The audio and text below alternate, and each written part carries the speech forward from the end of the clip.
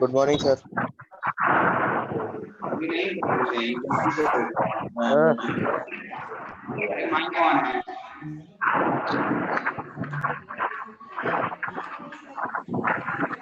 Milk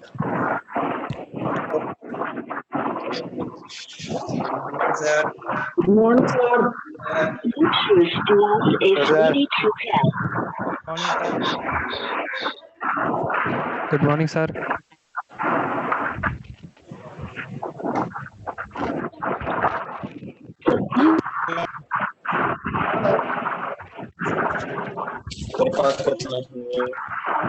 This device is ready to help.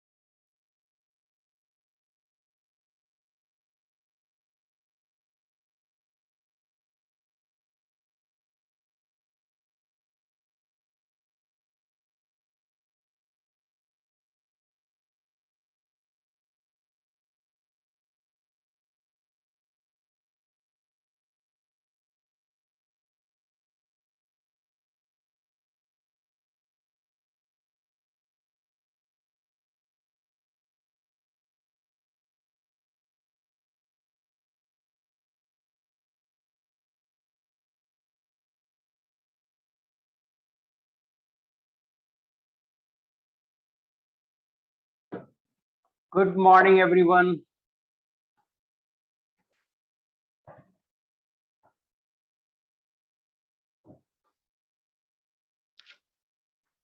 Race and seat भी discuss करूंगा, wait करो ना। रेस का सॉल्यूशन भेज रहा हूं, तब भी क्यों बोल रहे हो रेस एंड सीट डिस्कस करें?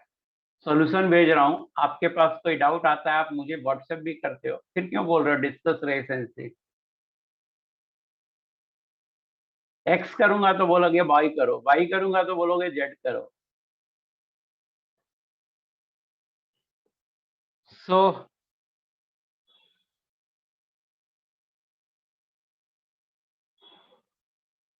आइए देखते हैं, पढ़ते हैं थोड़ा आगे। डायपोल मोमेंट का मैं लास्ट पॉइंट बता रहा था कि टाइम ओवर हो गया था। 9:45 तक क्लास होती है हमारी, 10 बजे तक एक्सटेंड हो सकती है, उसके बाद अपने आप ओवर हो जाता है। पहला पॉइंट तो ये। दूसरा पॉइंट ये है कि मैं देखता हूं कि 9:45 तक क्लास होती है, बच्चे 9:30 से गायब होना शुरू हो जाते हैं, जो बैड हैबिट है। अगर आप क्लास के लिए सीरियस नहीं होंगे, आप देखिए आपको 12th में टेंशन हो जाएगा। आप सोचेंगे अरे बाद में देख लेंगे, ये कर लेंगे। नहीं, ये बहुत ही गलत अप्रोच है। इस अप्रोच से क्लास करेंगे तो आपको क्या लगता है आईटी इतना सिंपल है क्या? नहीं। तो आप 15 मिनट नहीं बर्दाश्त कर सकते। ये मेरे लिए बहुत सरप्राइजिंग था कि 9:45 से मैंने 10 कर दिया। मैं देखा कि बच्चे की संख्या उस समय घटते जा रही थी। ये बहुत सरप्राइजिंग था। मे भी आपको ब्रेकफास्ट करना हो, मे भी आपको कुछ करना हो, फिर भी आप लॉग आउट होकर के ब्रेकफास्ट कर रहे थे, ये गड़बड़ था। एनीवे, पढ़ते हैं।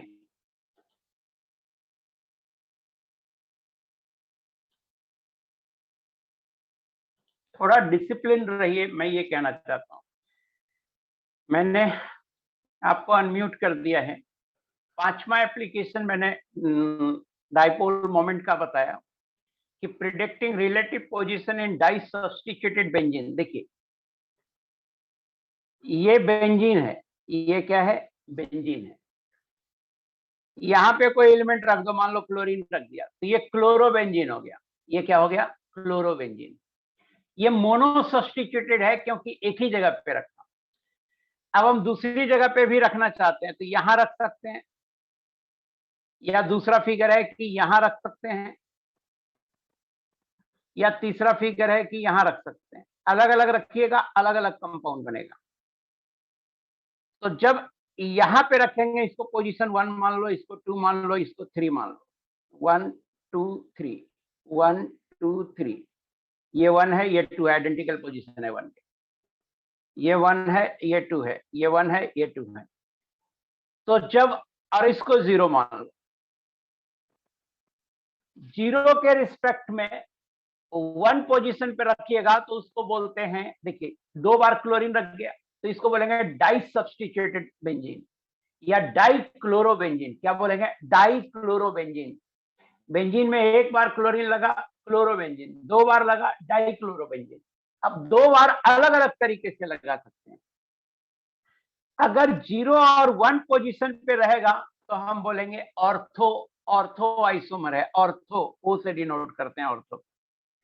अगर 0 और 2 पे रखेंगे तो इसको बोलेंगे मेटा, इसको भी एम से डिनोट करते हैं। और 0 और 3 पे रखेंगे तो इसको बोलेंगे पैरा, इसको पी से डिनोट करते हैं। तो मुझे सिर्फ आप इतना बताइए कि ऑर्थो, मेटा, पैरा, ये आपको समझ में आया या नहीं आया। अच्छा गुप्ता, नो यार, सुनते ही नहीं हो। इतना सिंपल है,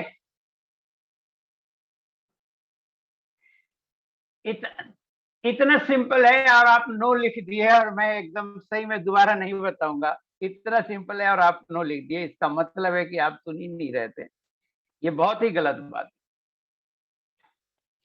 तोते को बताता तो वो बता देता। 1 कहीं कहीं भी रख सकते हैं। जैसे आप तो इतने सिमिलर फिगर को भी आप नहीं कर सकते हैं। कोई कुछ कुछ का कुछ पूछता रहता है। देखो ना, इतनी सिंपल सी बात थी, इतनी सिंपल सी बात में कोई क्या पूछ रहा है। देखो, कह रहा है सर 1 यहाँ रख देंगे, मोनोक्लोरो है, ये मोनो सब्स्टिट्यूटेड है, यहाँ रखेंगे, डाइक्लोरो है, और ये कैसा है, ऑर्थो मेटापारा, ये ऑर्थो है।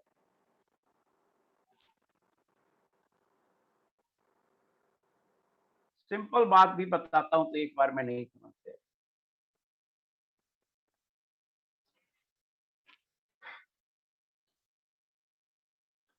आगे देखिए, अब देखिए डाइपोल मोमेंट से आपको पता चल सकता है कि ये ऑर्थो है या पैरा है या मेटा है। डाइपोल मोमेंट से ये डिसाइड हो सकता है, यही करना है, predicting relative position in di substituted benzene, decide करना है डाइपोल मोमेंट से। तो मान लो कि मेरे पास एक कंपाउंड है जिसमें क्लोरीन यहां है और क्लोरीन यहां है।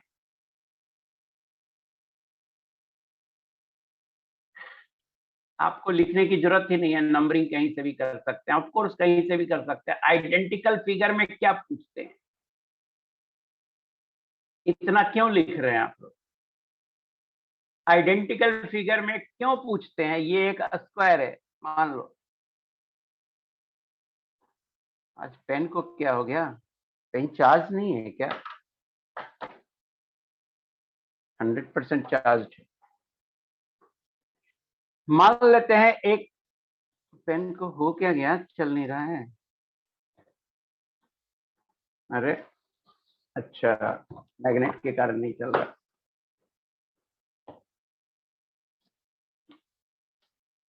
इसके नीचे चल ही नहीं रहा, इस पेज पे।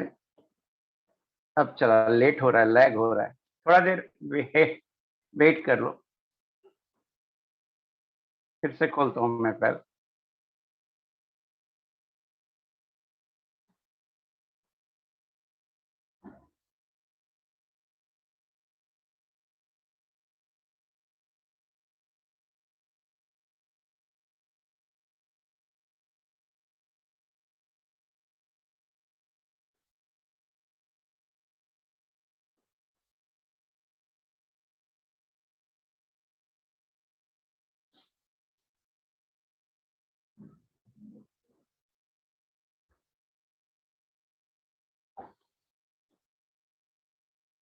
अब ठीक हो गया। ऐसी ऐसी बात आप लिख के भेजना शुरू कर देते हैं। यह एक स्क्वायर है, मैंने यहां पर सीएल लगाया। अब आप करें सर यहां से भी सीएल लगा सकते हैं, इतना कॉमन सेंस क्यों नहीं काम करता है? स्क्वायर है तो सारे पोजीशन सेम है। सो प्लीज अपना इतना कॉमन सेंस लगाइए, कुछ भी मत लिखते रहिए, नहीं तो मैं जो पढ़ा रहा हूं वो आपको नहीं समझ में आएगा। तो ये डाइक्लोरोबेंजीन है बेटा। अब ये कौन सा है? तो ये ऑर्थो है, ऑर्थो डाइक्लोरोबेंजीन, ऑर्थो डाइक्लोरोबेंजीन।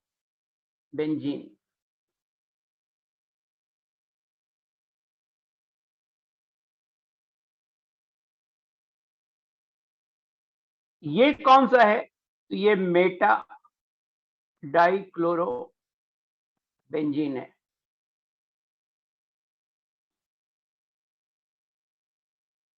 और ये कौन सा है? तो ये पैरा डाइक्लोरोबेंजीन है। अब मान लो आपके पास डाइक्लोरोबेंजीन है, लेकिन पता नहीं है कि ये ऑर्थो है या मेटा है या पैरा है। यार क्यों लिख रहे हो? मैं मना कर रहा हूं फिर भी लिख रहे हो। नो वन कर दिया मैंने, जब से मैं ज्वाइन किया हूं यही कह रहा हूं नहीं लिखा करो, फिर भी लिख रहे हो तुम। अब मेरा ये कहना है कि अगर ये पता करना है तो एक्सपेरिमेंटली हम डाइपोल मोमेंट निकाल कर पता कर सकते हैं। कैसे कर सकते हैं? क्लोरीन ज्यादा इलेक्ट्रोनिगेटिव है, क्लोरीन का इधर होगा और इस क्लोरीन का इधर होगा। जरा बॉन्ड एंगल देखिए, कितने का बॉन्ड एंगल आएगा? 60 डिग्री का आएगा। यहां देखिए क्लोरीन का इधर होगा और इस क्लोरीन का इधर होगा। जरा बॉन्ड एंगल देखिए, कितने का बॉन्ड एंगल आएगा? 120 डिग्री का आएगा। इस क्लोरीन का इधर होगा और इस क्लोरीन का इधर होगा। थोड़ा बॉन्ड एंगल देखिए कितने का आएगा? 180 डिग्री का आएगा। बॉन्ड एंगल कम, डाइपोल मोमेंट ज्यादा। तो डाइपोल मोमेंट जो होगा म्यू ऑफ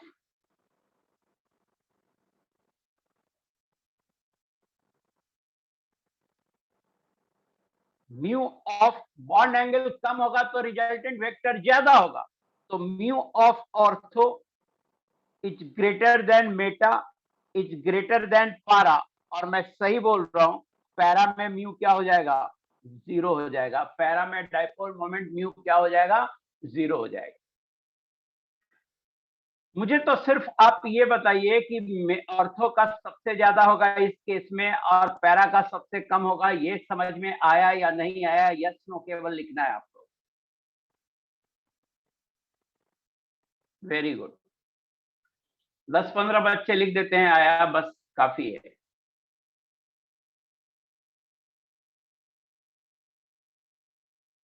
क्योंकि बहुत बच्चे नहीं भी लिखते होंगे, आता होगा समझ में। तो ये काफी सिंपल है। एक और एग्जांपल मैं ले लेता हूं, इसमें थोड़ा सा डिफरेंट आएगा।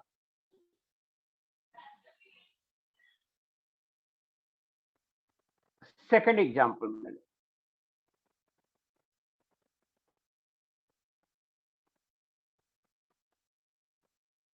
यहां CH3 ले रहा हूं और यहां NO2 ले रहा हूं।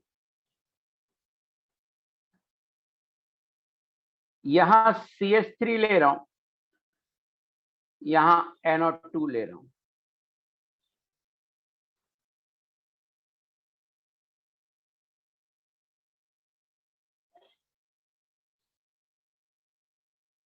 यहां CH3 ले रहा हूं, यहां NO2 ले रहा हूं। देखिए ये होता है बेंजीन और इसका नाम है टॉलिन। इसका नाम है टॉलिन। तो हम पहले वाले को बोल सकते हैं ऑर्थो नाइट्रोटॉलिन। दूसरे वाले को बोल सकते हैं मेटा नाइट्रोटॉलिन। और तीसरे वाले को बोल सकते हैं पैरा नाइट्रोटोलिन।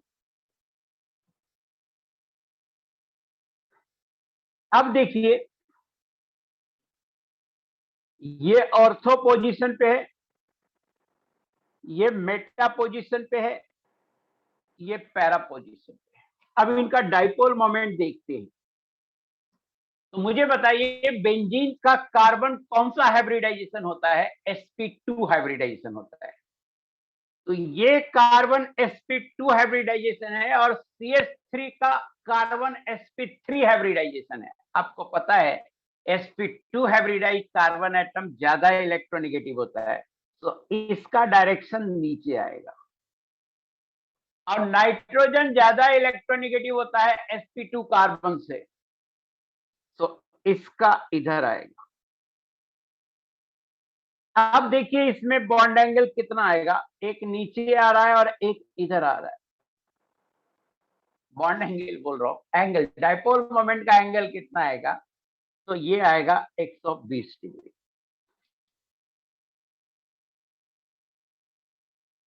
इसमें देखिए बेंजीन का कार्बन ज्यादा इलेक्ट्रोनेगेटिव है, ये नीचे आएगा, और नाइट्रोजन ज्यादा इलेक्ट्रोनेगेटिव है, ये इधर आएगा। इसमें एंगल कितना आएगा? तो इसमें एंगल आएगा 60 डिग्री। और इसमें देखिए बेंजीन का कार्बन ज्यादा इलेक्ट्रोनेगेटिव है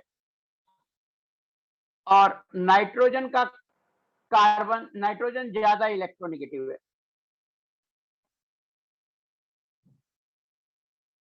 इसमें जो एंगल आ रहा है ये 0 डिग्री आ रहा है, सारा नीचे ही आ जाएगा, तो एंगल आ रहा है 0 डिग्री।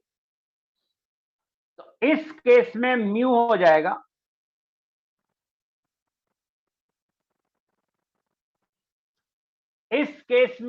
हो जाएगा सबसे ज्यादा पैरा का होगा, उससे कम मेटा का होगा, और सबसे कम ऑर्थो का होगा।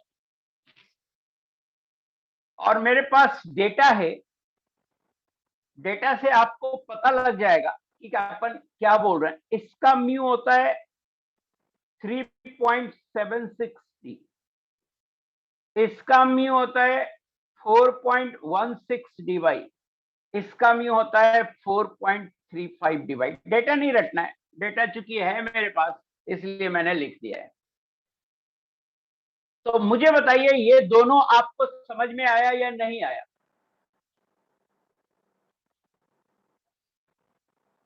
ये सेकंड वाला पोर्शन समझ में आया या नहीं आया?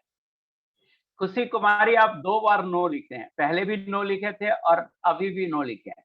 तो मुझे सिर्फ खुशी कुमारी से बात करना है, प्रॉब्लम क्या हो रहा है आपको?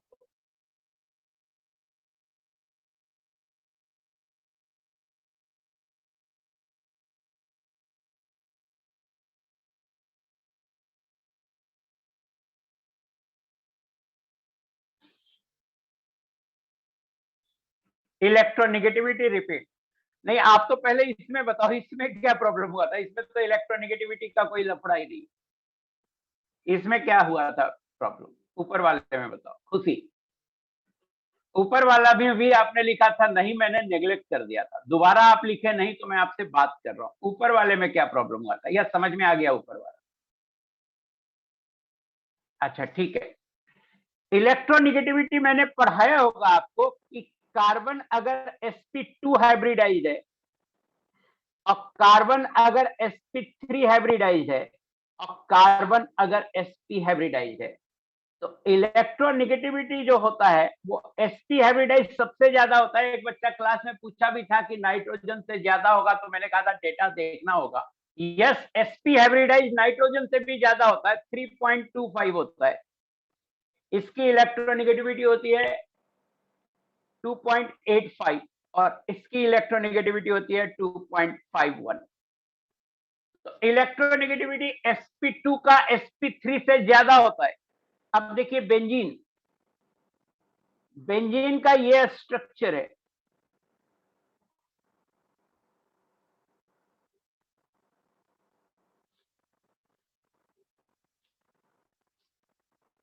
बेंजीन का ये स्ट्रक्चर है। हर कार्बन एटम 3 बॉन्ड बनाए हुए हैं, तो बेंजीन का कार्बन जो होगा वो sp2 हाइब्रिडाइज्ड होगा, सारा कार्बन, ये भी sp2, ये भी sp2, ये भी sp2, ये भी sp2, ये भी sp2, ये भी sp2, सारा sp2 हाइब्रिडाइज्ड है। तो sp2 वाला sp3 से ज्यादा इलेक्ट्रोनेगेटिव होता है, तो यहां चूंकि sp2 वाला ज्यादा नेगेटिव है तो डायरेक्शन इसका नीचे होगा, जो ज्यादा इलेक्ट्रोनेगेटिव होता है उसकी तरफ होता है।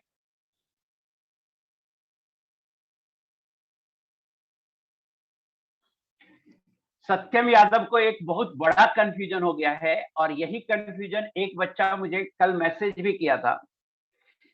देखिए क्या एक कंफ्यूजन है, यहां पर मैंने यूज किया electronegativity is directly proportional to s percentage s character, और बेंट रूल में इसका उल्टा है, दो अलग अलग जगह के कॉन्सेप्ट पे। बेंट रूल में है कि जहां पर आप मोर इलेक्ट्रोनेगेटिव एटम होता है उस बॉन्ड में एस कैरेक्टर कम हो जाता है, जहां पर मोर इलेक्ट्रोनेगेटिव एटम होता है उस बॉन्ड में एस कैरेक्टर कम हो जाता है। इसको मैं एक्सप्लेन करूं, क्योंकि कल भी मुझे एक बच्चे ने मैसेज किया था। जैसे आप देखो, दो अलग अलग चीजों को आप मर्ज कर दे रहे हैं, इसमें और इसमें हम जानना चाहते हैं कार्बन एटम 1 ज्यादा इलेक्ट्रोनेगेटिव है या कार्बन एटम 2। तो इसमें sp हाइब्रिडाइजेशन है और इसमें sp2 है, sp में 50% हुआ, s कैरेक्टर ज्यादा हुआ, तो electronegativity of carbon atom 1 is greater then electronegativity of carbon atom 2। यहां पे मैंने ये लगाया। दूसरा बेंट रूल में क्या है कि बेंट रूल कहता है, यहां f है मान लो, यहां f, बेंट रूल कहता है कि मान लो CH3F है, तो जो ज्यादा इलेक्ट्रोनेगेटिव है उस पोजीशन पर बॉन्ड में एस कैरेक्टर कम हो जाता है, बॉन्ड में एस कैरेक्टर कम हो जाता है, एटम की इलेक्ट्रोनेगेटिविटी नहीं घटती बढ़ती है।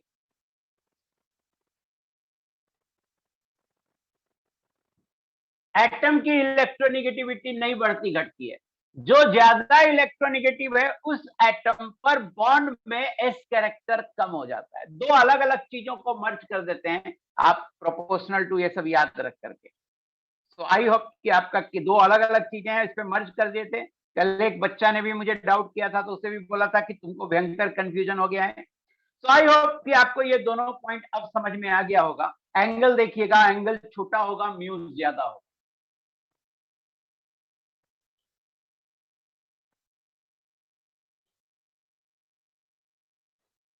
तो आप प्लीज लिखना कम करो please.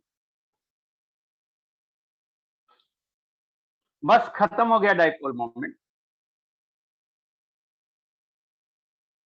Some more dipole moments.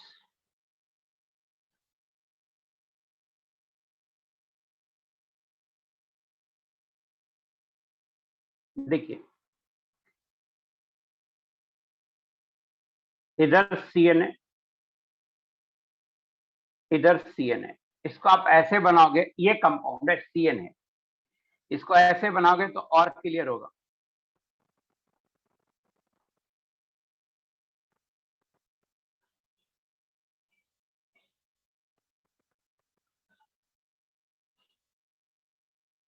इसका म्यू 0 होगा, ऊपर नीचे कैंसिल हो जाता है, इसका म्यू 0 होगा।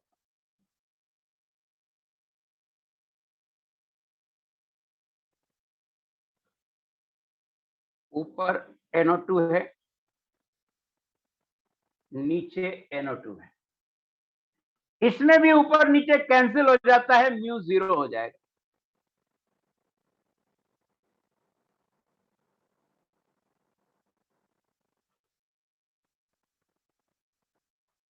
इसमें ऊपर नीचे कैंसिल नहीं होता है, म्यू 0 नहीं होगा।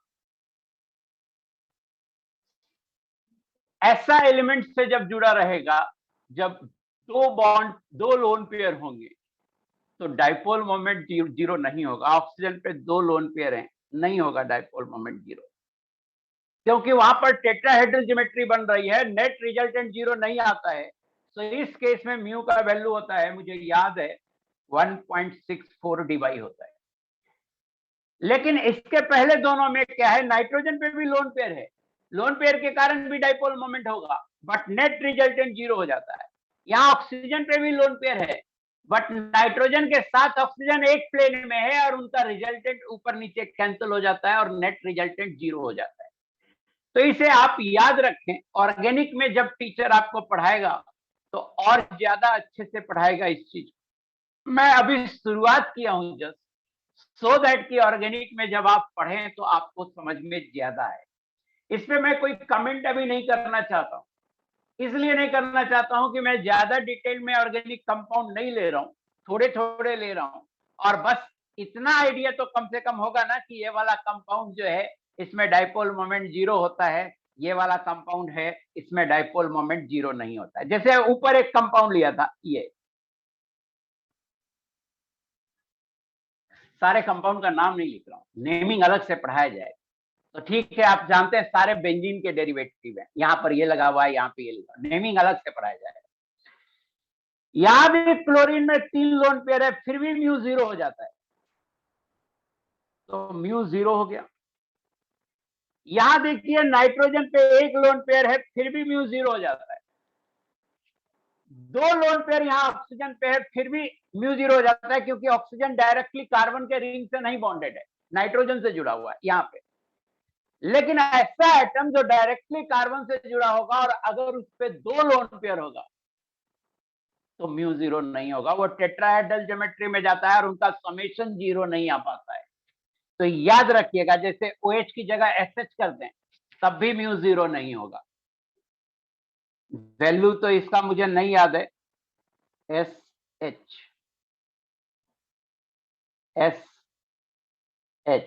इसका भी म्यू जीरो नहीं होगा। तो याद रखिएगा कि OH ग्रुप, SH ग्रुप, इस तरह के ग्रुप अगर ऊपर नीचे लगे हुए हैं पैरा पोजीशन पे तो म्यू जीरो नहीं होगा। बाकियों में तो इन सब में जीरो होता है, ये पूछा भी है IIT ने, लेकिन इसको आपको दोबारा बताया जाएगा आपको ऑर्गेनिक में, जब थोड़ा और ज्यादा लॉजिकल तरीके से आप चीजों को सोचना शुरू कर देंगे। एक क्वेश्चन कीजिए,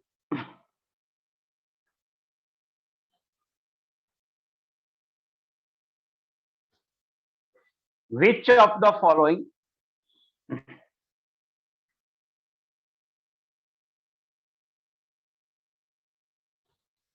has dipole moment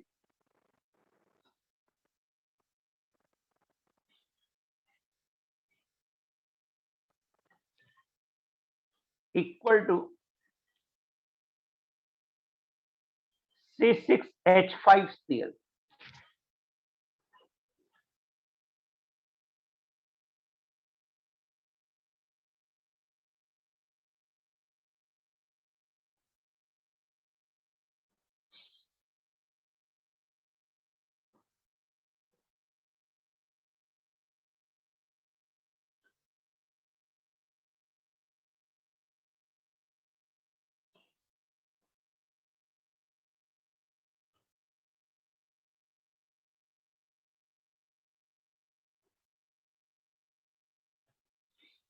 क्या आप इसका आंसर बता सकते हैं?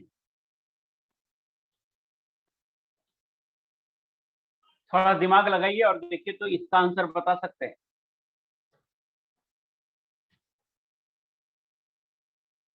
जो लोग ऑल बोल रहे हैं वो मुझे बताइए, मैं ऊपर ही बताया हूं बी और सी का अलग अलग होता है।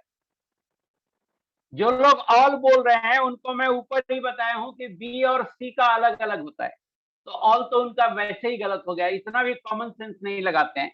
ऊपर बता चुका हूं अभी कि मेटा पोजीशन और ऑर्थो पोजीशन इन दोनों का अलग अलग होता है, तो फिर सबका सेम कैसे हो सकता है?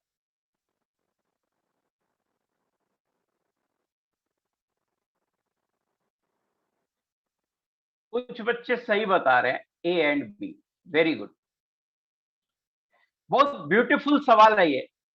मे भी कुछ बच्चे सही बता रहे हैं, it's good, they are very good in this.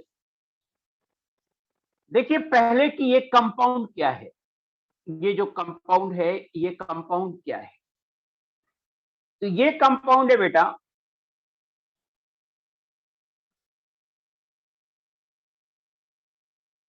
ये वाला कंपाउंड है, क्लोरोबेंजीन है, ये है क्लोरोबेंजीन। जरा इन तीनों में से किसका या इन चारों में से कौन सा ऑप्शन सही है, मींस तीनों में से किसका डाइपोल मोमेंट इसके बराबर है। तो इसमें डाइपोल मोमेंट होगा किधर, इसमें डाइपोल मोमेंट इधर होगा, और मान लेते हैं इसकी वैल्यू है म्यू, इसकी वैल्यू कितनी है, म्यू।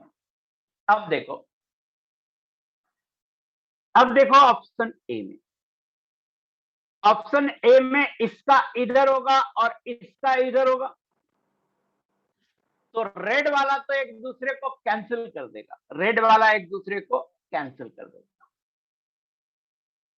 इसका इधर होगा और इसका इधर होगा, ब्लू वाला कैंसिल नहीं करेगा और रेड वाला एक दूसरे को कैंसिल कर देगा। मींस ब्लू वाला का समेशन, दोनों का वेक्टर एडिशन जो होगा वो होगा इसका म्यू। इसमें इसका इधर होगा और इसका इधर होगा। ध्यान से देखिए, ए में रेड वाला कैंसिल हो जाएगा, तो ए और बी का डाइपोल मोमेंट सेम आएगा। मुझे बताइए ए और बी का डाइपोल मोमेंट सेम आएगा, ये आपको समझ में आ रहा है या नहीं आ रहा है। ए और बी का डाइपोल मोमेंट सेम होगा, ये आपको समझ में आ रहा है या नहीं आ रहा है। एक बच्चा सिर्फ नो लिखा है, ध्यान दो बेटा, फिर से बोल रहा हूं मैं कि रेड वाला एक दूसरे को कैंसिल कर देगा, तो ये दोनों का इफेक्ट खत्म हो गया, ये इसका इफेक्ट खत्म हो गया, इसका इफेक्ट खत्म हो गया। तो अब तो ये वैसा ही कंपाउंड बचा जैसा बी है, सो जो ए का होगा वही बी का होगा। तो ये तो क्लियर हो गया, ए और बी का सेम होगा और सी का अलग होगा, क्योंकि सी में एंगल 60 डिग्री है और ए और बी में एंगल जो डाइपोल मोमेंट का है, ए और बी में एंगल जो डाइपोल मोमेंट का है वो 120 डिग्री का है। थोड़ा पेशेंस से सुन ले यार, कुछ का कुछ लिखते रहते हो।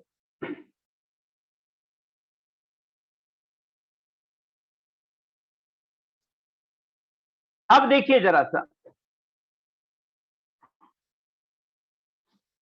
कि अगर हम इसको Cl मान लिए तो आखिर इस कंपाउंड का निकालते हैं, इस कंपाउंड का निकालते हैं। इधर Cl है, इधर Cl है, इस कंपाउंड में इधर है और इधर है। कार्बन इसका तो म्यू मान चुके हैं, तो ये भी म्यू होगा और ये भी म्यू होगा। इस केस में म्यू रिजल्टेंट का फॉर्मूला होता है root under μ1 square plus μ2 square plus 2 μ1 μ2 cos theta. और थीटा कितना आएगा, तो एक ऊपर है और एक इधर है, तो थीटा आएगा 120 डिग्री। और म्यू आर होगा रूट अंडर, μ1 का वैल्यू म्यू है तो म्यू स्क्वायर, μ2 का वैल्यू म्यू है तो mu square plus 2 mu square cos, कितना एंगल है 120 degree.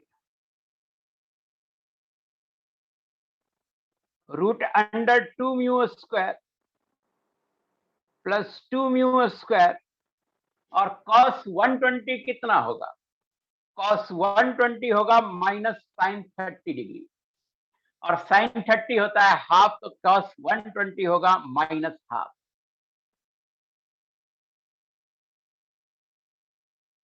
Minus half, half half cancel हो गया, 2 mu square minus mu square root under mu square, ये आ गया म्यू। म्यू रिजल्टेंट की वैल्यू म्यू आ गई।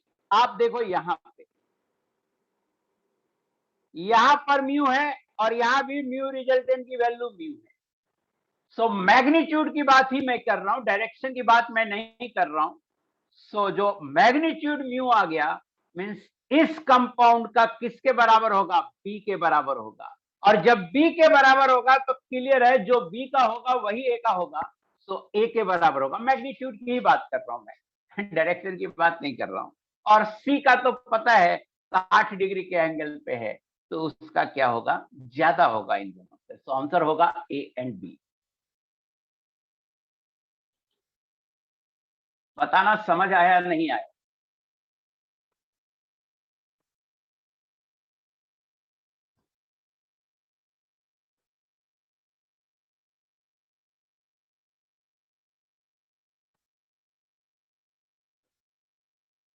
डायपोल मोमेंट की कोई मैक्सिमम वैल्यू नहीं होती है, चार्ज और डिस्टेंस है, तो चार्ज रख दो, कम डिस्टेंस पे ज्यादा चार्ज रख दो, जितना चाहोगे उतना हो जाए। कह रहा डायपोल मोमेंट की मैक्सिमम वैल्यू कितनी होती? नहीं, ए और बी का डायरेक्शन, हाँ ए और बी का डायरेक्शन भी सेम हो, ए और बी का डायरेक्शन भी सेम, बट वो गिवन के डायरेक्शन से सेम नहीं है। ए और बी का डायरेक्शन भी सेम। अरे यार, करा स्ट्रक्चर ऑफ C6H5Cl अगेन। ये बेंजीन है बेटा, C6H6, इसका स्ट्रक्चर ये हुआ। अब इसमें से बेंजीन में से एक क्लोरीन, एक हाइड्रोजन हटा दीजिए, एक हाइड्रोजन हटाया तो C6H5 हो गया, और उसकी जगह क्लोरीन लगा दीजिए तो C6H5Cl हो गया। तो बेंजीन में से, यहाँ देखो बेंजीन में नहीं लिखते हैं, बट यहाँ हाइड्रोजन है, पता है ना? बेंजीन में यहाँ हाइड्रोजन है, यहाँ हाइड्रोजन है, यहाँ हाइड्रोजन है, यहाँ हाइड्रोजन है, यहाँ हाइड्रोजन है, यहाँ हाइड्रोजन है, ये पता है। तो अब हमने क्या किया, एक हाइड्रोजन को हटा दिया और उसकी जगह क्लोरीन लिख दिया। इसी को ऐसे लिखते हैं, हाइड्रोजन को लिखते नहीं है, और इसको ऐसे लिखते हैं, क्लोरीन। सो आई होप कि आपको चीजें समझ में आ गई होगी। अब हम नया टॉपिक पे जा रहे हैं, और उस टॉपिक का नाम है hydrogen bond.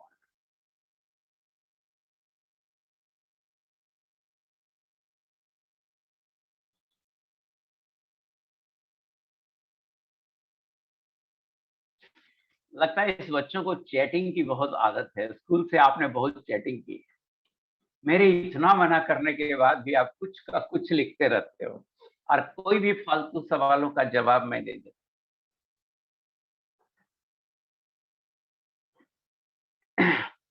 Hydrogen bond,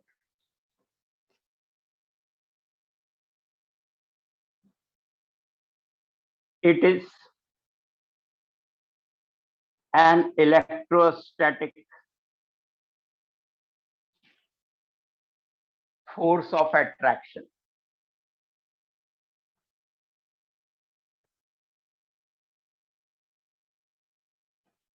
It is an electrostatic force of attraction between a covalently bonded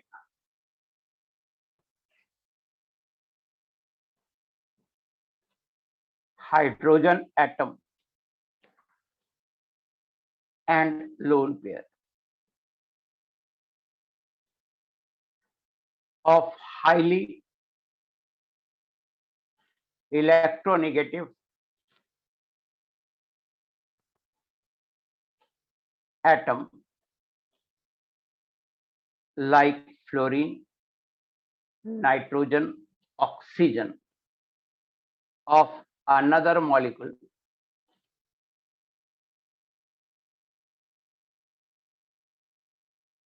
or within the molecule.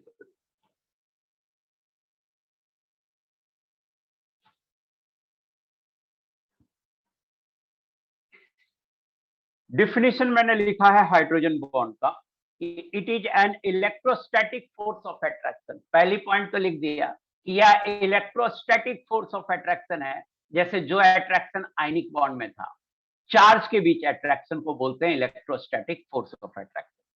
तो यह एक इलेक्ट्रोस्टैटिक फोर्स ऑफ अट्रैक्शन है बिटवीन ए कोवैलेंटली बॉन्डेड हाइड्रोजन एटम। ऐसा हाइड्रोजन एटम जो किसी एटम के साथ covalently bonded है, and lone pair of highly electronegative atom, किसी हाईली इलेक्ट्रोनेगेटिव एटम के लोन पेयर, और वो हाईली इलेक्ट्रोनेगेटिव एटम होता है fluorine, oxygen and nitrogen, phone, FON, fluorine, oxygen and nitrogen. और ये जो फ्लोरीन ऑक्सीजन एटम होता है, वो फ्लोरीन एटम या ऑक्सीजन एटम या नाइट्रोजन एटम होता है, ये किसी दूसरे मॉलिक्यूल का भी हो सकता है या एक ही मॉलिक्यूल के अंदर भी हो सकता है। तो देखिए जरा सा एक एग्जांपल देंगे तो और क्लियर होगा। हाइड्रोजन बॉन्ड एग्जांपल है, hydrogen bond in HF।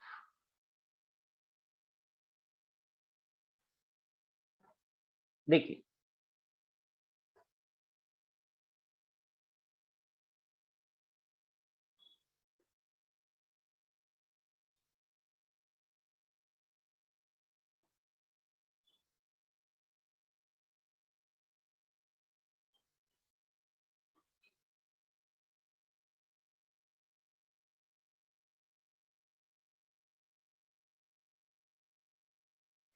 Hydrogen bond को डिनोट करते हैं ट्रिपल डॉट से, मतलब डॉटेड लाइन से। हाइड्रोजन बॉन्ड को डिनोट करते हैं डॉटेड लाइन से। तो ये जो भी डॉटेड लाइन है ये हाइड्रोजन बॉन्ड है, और जो पूरा लाइन है वो कोवेलेंट बॉन्ड है। जैसे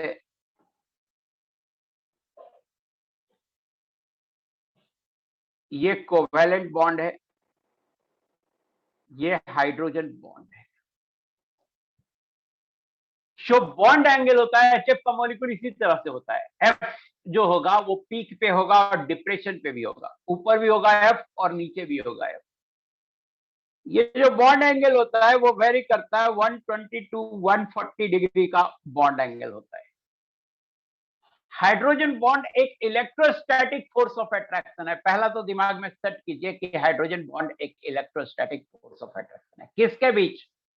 तो एक कोवेलेंटली बॉन्डेड हाइड्रोजन एटम। तो देखिए HF में H जो है फ्लोरीन के साथ कोवेलेंटली बॉन्डेड है, और दूसरे मॉलिक्यूल HF लीजिए, उसमें भी जो फ्लोरीन एटम है, उस फ्लोरीन एटम में जो लोन पेयर है, उस लोन पेयर का इस H के साथ अट्रैक्शन होता है, और उस अट्रैक्शन को बोलते हैं हाइड्रोजन। ये इतना शानदार बॉन्ड है, इट्स नॉट कि बहुत स्ट्रॉन्ग बॉन्ड है, वीक बॉन्ड है of course. As compared to chemical bond ये काफी वीक है, आयनिक बॉन्ड और कोवेलेंट बॉन्ड के रिस्पेक्ट में ये काफी वीक है। बट ये इतना इंपॉर्टेंट प्रॉपर्टी है कि करीब करीब 100 से भी ज्यादा बॉइलिंग पॉइंट, मेल्टिंग पॉइंट या फिजिकल प्रॉपर्टीज को एक्सप्लेन करता है। पूरी ऑर्गेनिक में आप देखिएगा हाइड्रोजन बॉन्ड कई जगह पे लगेगा। तो यहाँ पर एक बेसिक कंसेप्ट हम बॉन्डिंग में देते हैं कि हाइड्रोजन बॉन्ड है क्या। सो हमने एक एग्जांपल दिया और मैंने कहा कि हाइड्रोजन बॉन्ड है इलेक्ट्रोस्टैटिक फोर्स ऑफ अट्रैक्शन। पहला पॉइंट तो ये, किसके बीच? तो एक कोवेलेंटली बॉन्डेड हाइड्रोजन एटम के बीच और एक लोन पेयर के बीच। वो लोन पेयर किस पे होता है? तो highly electronegative atom, generally fluorine, oxygen, nitrogen पे होता है। अब देखिए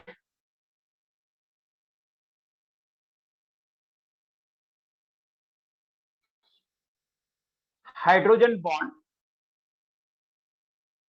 is not a real chemical bond.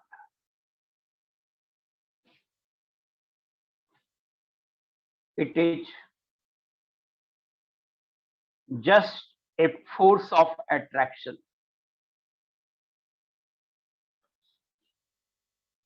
It is just an electrostatic force of attraction.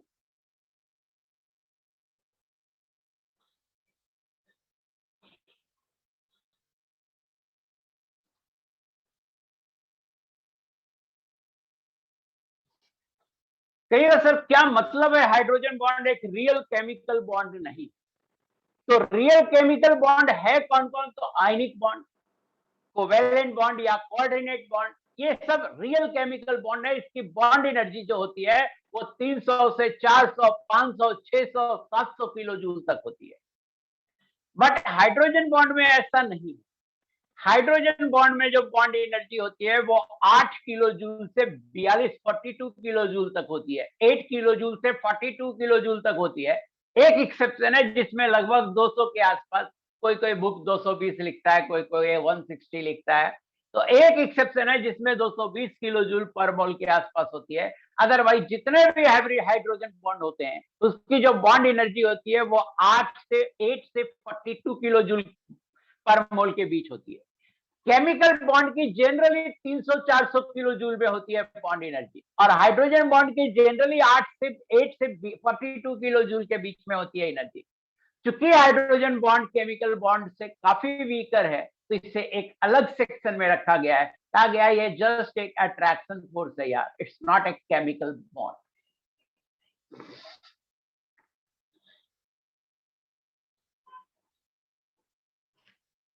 Bond strength of hydrogen bond is 8 to 42 kilojoule per mole। Hydrogen bond का bond strength 8 से 42 kilo joule पर मोल होता है। बट एक exception भी है, but in K plus HF2, ये एक सॉलिड कंपाउंड है, bond strength of hydrogen bond is almost equal to 220 kilojule per mole।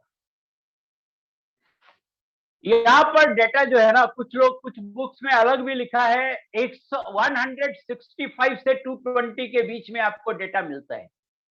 मैं भी वो डेटा लिखा हूं जो बहुत सारे कॉमन बुक में कॉमन है, वो डेटा आपको लिखा हूं।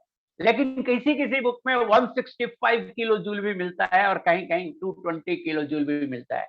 ये डिपेंड करता है कि किस स्टेट में, किस सिचुएशन में बॉन्ड एंथैल्पी को मेजर किया गया है। अलग अलग टेम्परेचर प्रेशर पर बॉन्ड एंथैल्पी अलग अलग होगा, तो किस कंडीशन पे मेजर किया गया है इस पे डिपेंड करता है। मैं एक नॉर्मल कंडीशन पर सॉलिड स्टेट में मेजर बॉन्ड स्ट्रेंथ लिख रहा हूँ, थोड़ा 10-20 किलो जूल नीचे होगा, ऊपर नहीं होगा, ये मैक्सिमम है। तो 10-20 किलो जूल अगर कहीं नीचे मिले तो आप ये मत कहना कि अरे सर ने तो 220 ही लिखाया था। 10-20 नीचे के ऑर्डर का भी मिले, 220 ऑप्शन में न रहे, तो आप वही मान लेना, ये ऑर्डर है, एग्जैक्ट वैल्यू नहीं।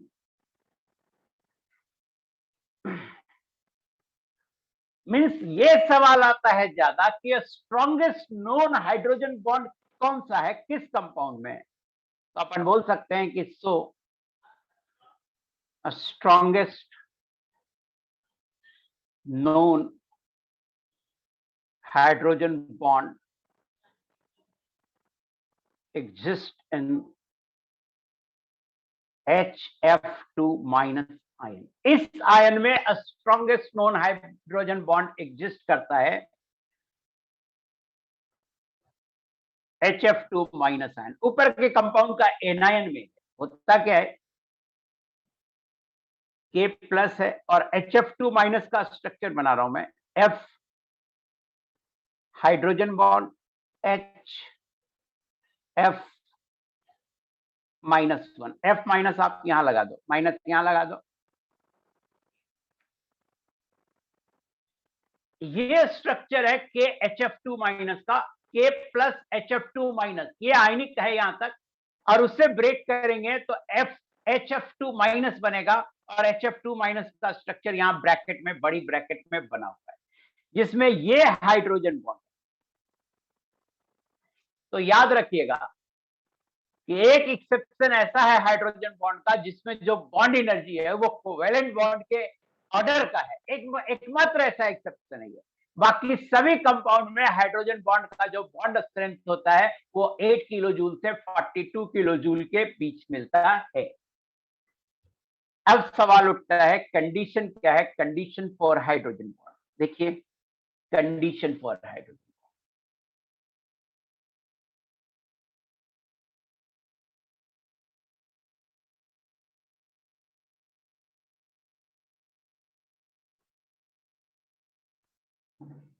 Condition for hydrogen bond.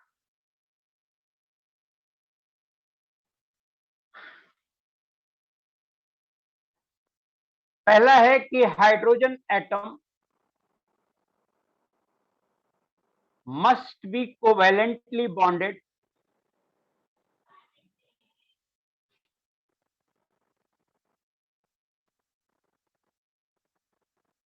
with more electronegative atom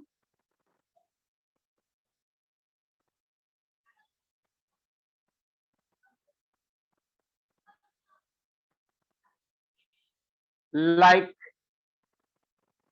FON, phone. पहला है कि हाइड्रोजन एटम जो कोवैलेंटली बॉन्डेड होना चाहिए वो हाईली इलेक्ट्रोनेगेटिव एटम से बॉन्डेड होना चाहिए। पहला तो ये।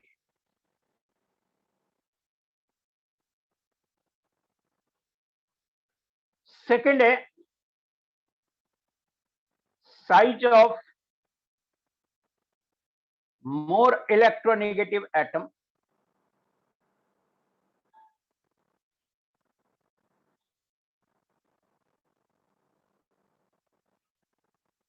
must be a smaller. Size of more electronegative atom must be a smaller. देखिए दो पॉइंट कह रहा है कि हाइड्रोजन बॉन्डेड होना चाहिए, कोवेलेंटली बॉन्डेड होना चाहिए एक हाईली इलेक्ट्रोनेगेटिव एटम के साथ, और जो हाईली इलेक्ट्रोनेगेटिव एटम है उसकी साइज भी छोटी होनी चाहिए। दो कंडीशन लगाया। सेकंड कंडीशन से जैसे क्वेश्चन आता है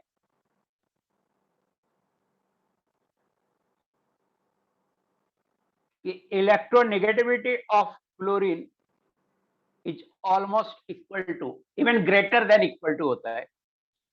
electronegativity of chlorine is greater than equal to nitrogen, still chlorine doesn't form hydrogen bond. Why? ये क्वेश्चन आता है, बोर्ड लेवल का क्वेश्चन है और एक लाइन का सॉल्यूशन है इसका कि भाई इलेक्ट्रोनेगेटिविटी बराबर लिखता है, क्वेश्चन में बराबर लिखता है कि क्लोरीन की इलेक्ट्रोनेगेटिविटी नाइट्रोजन के बराबर होती है, फिर भी क्लोरीन हाइड्रोजन बॉन्ड क्यों नहीं बनाता है? तो क्या बोलेंगे कि size of chlorine is greater then nitrogen. Chlorine का साइज नाइट्रोजन से ज्यादा होता है। Size of chlorine is greater then nitrogen, और दूसरा कंडीशन है साइज छोटा होना चाहिए, इसलिए क्लोरीन हाइड्रोजन बॉन्ड नहीं बनाता है। अब मैं ये कह रहा हूं कि यार एक आध एक्सेप्शन है जहां पर क्लोरीन हाइड्रोजन बॉन्ड बना देता है, लेकिन अगर आपसे पूछे कि क्या क्लोरीन हाइड्रोजन बॉन्ड बनाता है तो आपका सीधा सीधी आंसर होगा नहीं बना। फ्लोरीन ऑक्सीजन नाइट्रोजन से ही बॉन्डेड होगा तो हाइड्रोजन बॉन्ड बनेगा। कुछ एक्सेप्शन है जहां वीक ऑर्डर का हाइड्रोजन बॉन्ड बन जाता है, जहां पर क्लोरीन भी आता है। इवन एसिटाइलिन में जो कार्बन है वो भी काफी इलेक्ट्रोनेगेटिव होता है, तो उसका हाइड्रोजन हाइड्रोजन बॉन्ड बना सकता है। तो जो कुछ एक्सेप्शन है वो आगे आएंगे। कह तो रहा हूं कि हाइड्रोजन बॉन्ड एक ऐसा फिनोमेना है जो ऑर्गेनिक में कहीं भी लगा दिया जाता है, तो कई जगह पे ये वाला कंसेप्ट लगता है। तो कम से कम आप अभी स्टार्ट किए हैं पढ़ना तो कुछ नॉलेज हो जाएगा, तो आगे पढ़ेंगे तो आपको अच्छा लगेगा, ज्यादा समझ में आएगा। तो फिर से बोल रहा हूं कि अगर बोले कि क्या क्लोरीन हाइड्रोजन बॉन्ड बनाता है, सीधा यस नो में आंसर करना हो तो बोलेंगे नो, बोलेंगे नो। दिमाग में है ये बात कि कुछ केसेस में बना लेता है, फिर भी बोलेंगे नो, फिर भी क्या बोलेंगे नो। मैं नीचे एक लाइन लिख देता हूं, in very few cases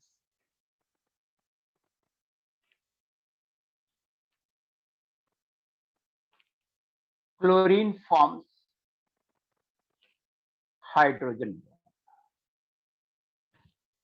ये आप आगे पढ़ेंगे या मैं ही पढ़ाऊंगा, एक एग्जांपल मैं लूंगा जिसमें आपको बताऊंगा कि इसमें देखिए क्लोरीन जो है हाइड्रोजन बॉन्ड बनाएगा।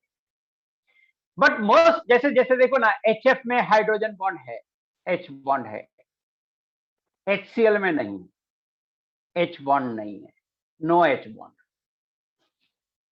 अगर क्लोरीन इतना फ्रीक्वेंटली बनाता तो अगर HF में बना हाइड्रोजन बॉन्ड तो HCl में भी बनता, नहीं बनता HCl में। सो इसलिए मैं कह रहा हूं कि इन जनरल पूछे तो in general fluorine is not capable of forming hydrogen bond. Organic compound में एकाक आता है जहां पर उसका इफेक्ट बढ़ जाता है, वहां पर जाकर के वो बना लेता है। अब देखिए टाइप्स ऑफ हाइड्रोजन बॉन्ड।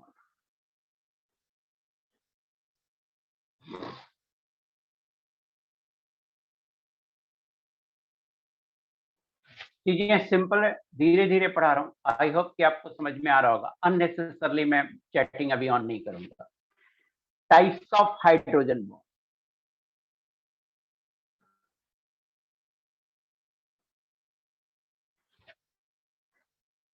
देखिए हाइड्रोजन बॉन्ड होता है,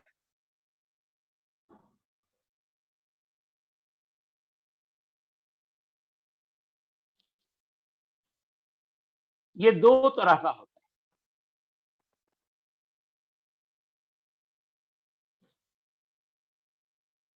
है, इंटरमोलेकुलर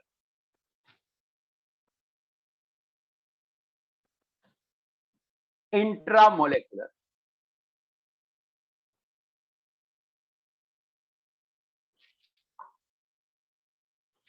दो तरह का हाइड्रोजन बॉन्ड होता है, इंटरमोलेकुलर और इंट्रामोलेकुलर। मैं एक मिनट टाइम ले रहा हूं आपको। मैं कहना चाहता हूं बेटा कि बॉन्डिंग पढ़ रहे हो और एक लेवल से पढ़ रहे हो, और थोड़ा सा बॉन्डिंग का पार्ट 12th में भी पढ़ाते हैं, तो वो पार्ट यहाँ पे नहीं पढ़ाएंगे। तो एक बेसिक आइडिया होना चाहिए बॉन्डिंग का, और पहली बार पढ़ने में उतना अच्छे से समझ में नहीं भी आता है, दूसरी बार ज्यादा अच्छे से समझ में आता है। कुछ बच्चे मुझे लगते हैं इस बैच में जो वो समझे हुए हैं, रीजन है वो हो सकता है एक बार वीडियो देखे हुए हो और दोबारा मेरी क्लास अटेंड कर रहे होंगे, तो उनको ज्यादा समझ में आ रहा होगा।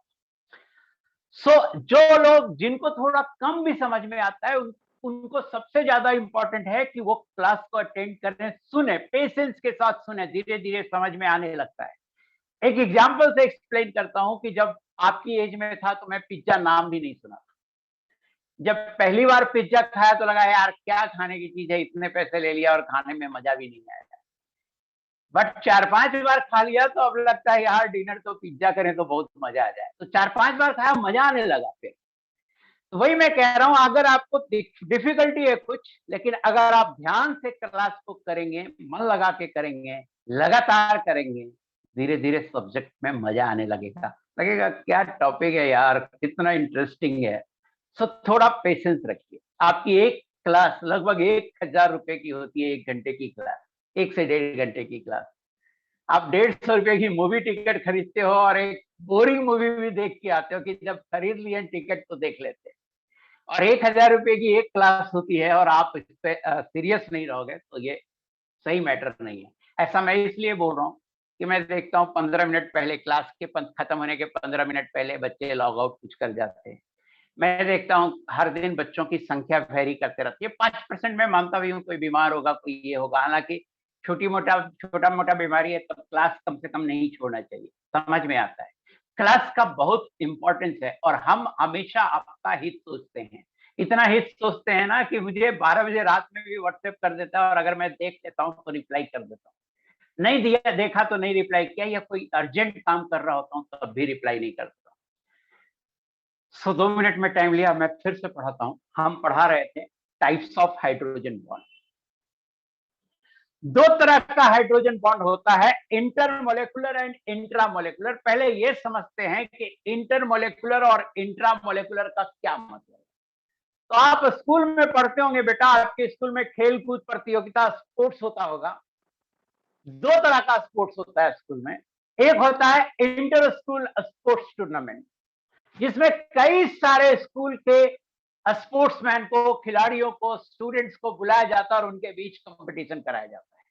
तो इसको बोलते हैं इंटर स्कूल स्पोर्ट्स टूर्नामेंट। पूरे शहर में जितने स्कूल हैं सबको बुलाया जाता है और कहता है लो कंपटीशन करो। क्योंकि दूसरे स्कूल भी पार्टिसिपेट कर रहे हैं इसलिए बोल रहे हैं इंटर स्कूल स्पोर्ट्स टूर्नामेंट।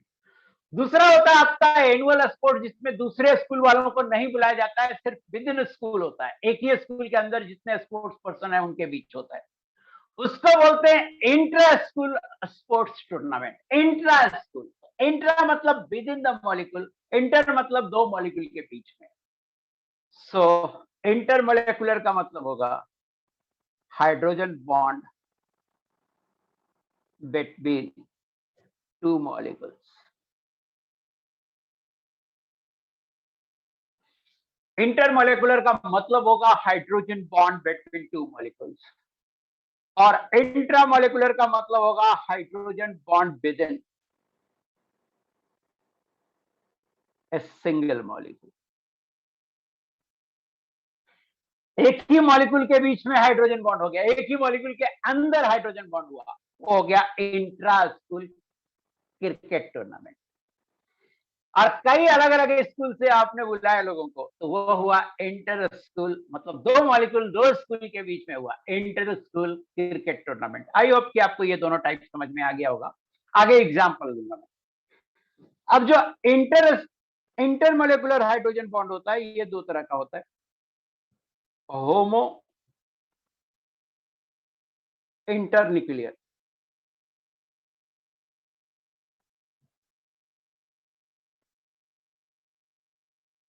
होमो इंटरन्यूक्लियर। सेकंड होता है हेट्रो इंटरन्यूक्लियर।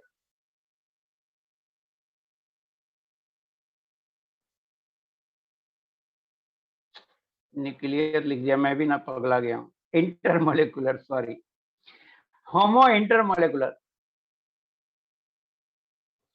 Hetero intermolecular.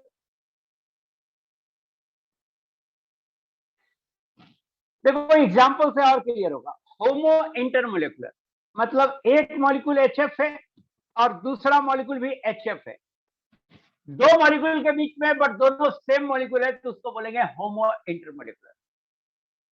जैसे एक मॉलिक्यूल वाटर है और दूसरा मॉलिक्यूल भी वाटर है, दो मॉलिक्यूल के बीच हाइड्रोजन बॉन्ड है बट दोनों सेम मॉलिक्यूल है, वाटर वाटर ही है, तो इसको बोलेंगे होमो इंटरमोलिकुलर।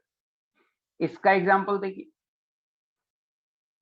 दारू है और पानी है, अल्कोहल एंड वाटर। दो मॉलिक्यूल के बीच यहां हाइड्रोजन बॉन्ड है, एक पानी है दूसरा दारू है, इथाइल अल्कोहल है, दारू ही है ये, इथाइल अल्कोहल। तो यहां जो हाइड्रोजन बॉन्ड बन रहा है वाटर और इथाइल अल्कोहल के बीच में हो रहा है, क्योंकि दो डिफरेंट मॉलिक्यूल के बीच में बन रहा है, तो इसे हेट्रो बोलेंगे, हेट्रो इंटरमोलिकुलर। एसिटिक एसिड है, पानी है, दो अलग अलग मॉलिक्यूल के बीच में बन रहा है हाइड्रोजन बॉन्ड, तो इसे भी बोलेंगे हेट्रो इंटरमोलिकुलर हाइड्रोजन बॉन्ड। अब मैं हम आपसे सिर्फ इतना जानना चाहते हैं कि intermolecular hydrogen bond, intramolecular hydrogen bond, homo intermolecular और हेट्रो इंटरमोलिकुलर, ये डेफिनेशन समझ में आया या नहीं आया, सिर्फ इतना जानना चाहते हैं।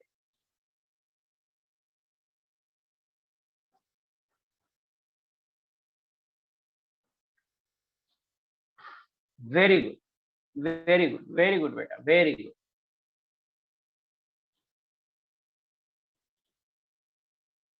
आगे देखते हैं।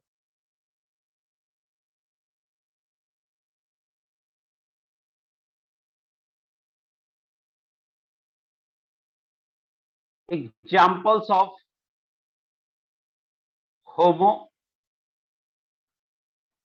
Intermolecular hydrogen bond.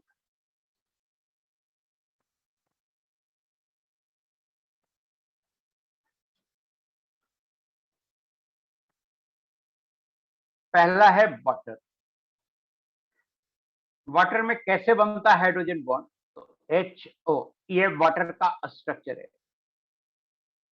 एक दूसरा मॉलिक्यूल वाटर का ले लीजिए, एक तीसरा मॉलिक्यूल वाटर का ले लीजिए, एक चौथा मॉलिक्यूल वाटर का ले लीजिए। ये चार मॉलिक्यूल हैं वाटर के। इस वाटर का ऑक्सीजन और इस वाटर का हाइड्रोजन बॉन्ड बनाएगा।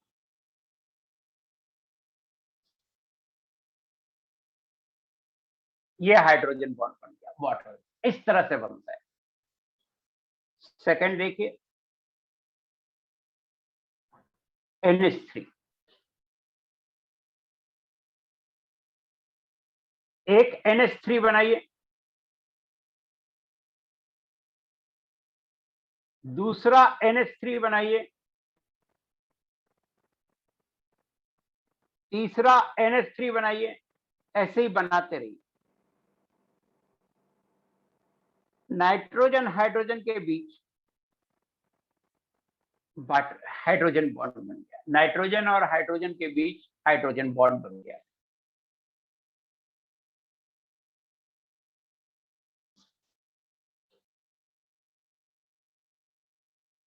और वाटर में एक और बात कर रहा हूं, ये दूसरा हाइड्रोजन है, ये भी हाइड्रोजन बॉन्ड बनाता है दूसरे मॉलिक्यूल से नीचे, ये भी हाइड्रोजन बॉन्ड बनाता है दूसरे मॉलिक्यूल के साथ। ऐसा नहीं है कि एक लाइन में सिर्फ बनते जाता है, दूसरा हाइड्रोजन भी हाइड्रोजन बॉन्ड बनाता है। अमोनिया में एक ही हाइड्रोजन जल्दी जनरली बना पाता है, बाकी नहीं बना पाता है। RNH2, NH2 ग्रुप को बोलते हैं एमीन, और R बोलते हैं अल्काइल को, अल्काइल, अल्काइल, मिथाइल, इथाइल, इन सबको R लिख दिया, तो इसको बोलेंगे अल्काइल एमीन। जैसे R को हम CH3 लिख दें तो हो जाएगा मिथाइल एमीन, R को हम C2H5 लिख दें तो हो जाएगा इथाइल एमीन, तो ये है अल्काइल एमीन। जैसे CH3NH2 रहेगा तो इसको बोलेंगे, CH3 को बोलते हैं मिथाइल, तो ये हो जाएगा मिथाइल एमीन।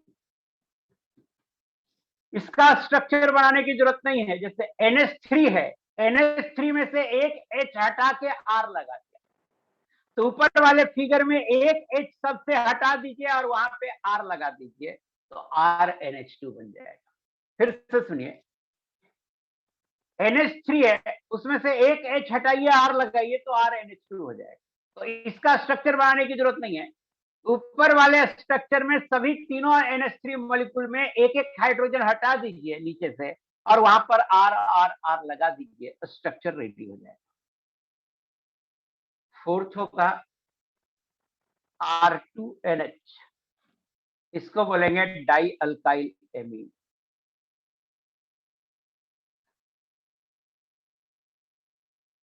जैसे NH CH3 CH3, ये हो जाएगा डाई मिथाइल एमीन। अब ये कंपाउंड है, इसे भी फिगर बनाने की जरूरत नहीं है। NH3 का ऊपर बना हुआ है, NH3 में से दो H हटाइए और दो R लगा दीजिए, तो ये बन जाएगा डाई अल्काइल एमीन। तो फिगर में भी आप कोई भी दो H हटा दीजिए और वहां पे R लगा दीजिए, तो बन जाएगा हाइड्रोजन बॉन्ड। हाइड्रोजन बॉन्ड वाला H मत हटाओ, ऊपर नीचे वाला हटा दो, दो H हटाओ, वहां R लगा दो, तो इसका फिगर बन जाएगा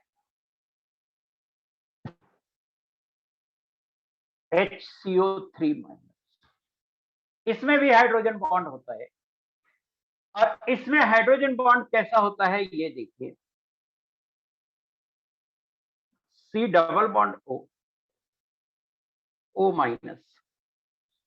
OH, ये HCO3- का स्ट्रक्चर है, कई बार बना चुके हैं। CO3 2- बनाया ना, उसमें से एक ऑक्सीजन से माइनस हटा के H लगा दीजिए, HCO3- का यह स्ट्रक्चर है। बट होता क्या है, हाइड्रोजन बॉन्ड देखिए इसमें कैसे बनता है, एक दूसरा HCO3- लीजिए,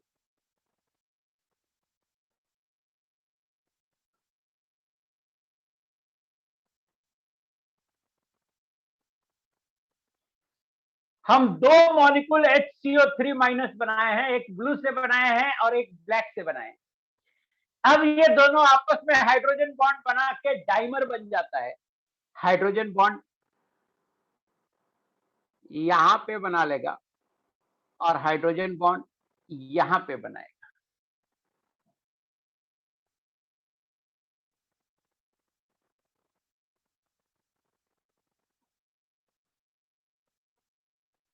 ये डाइमेराइज होता है, डाइमेराइज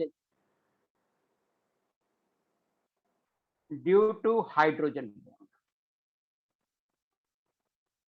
कहेंगे सर डाइमेराइज का क्या मतलब होता है, तो दो मॉलिक्यूल HCO3- मिलकर एक मॉलिक्यूल HCO3- बना लेता है, इसको बोलते हैं डाइमर, और इस प्रोसेस को बोलते हैं डाइमेराइजेशन। और इसका फिगर आपको ये बना हुआ है, इसका फिगर आपको ये बना हुआ है। सो बाइकार्बोनेट आयन डाइमेराइज होता है, और डाइमेराइज होने का रीजन क्या है, तो आंसर है हाइड्रोजन बॉन्ड।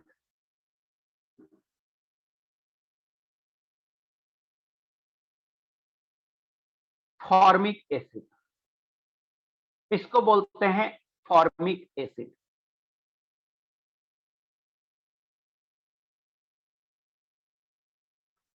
एक चीज बताना, ये फॉर्मिक एसिड, एसिटिक एसिड, क्या ये सब 10th क्लास में नहीं पढ़ना था क्या?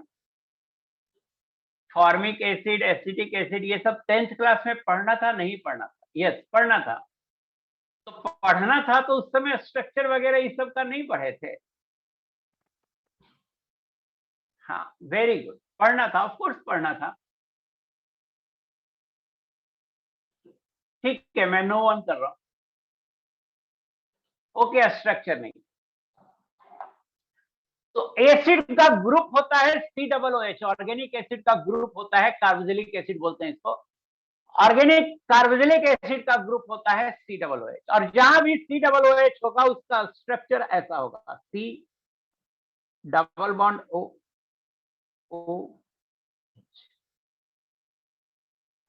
देखिए, COOH जहां भी होगा उसका स्ट्रक्चर यहां ऐसा होगा। अब यहां क्या है, HCOOH।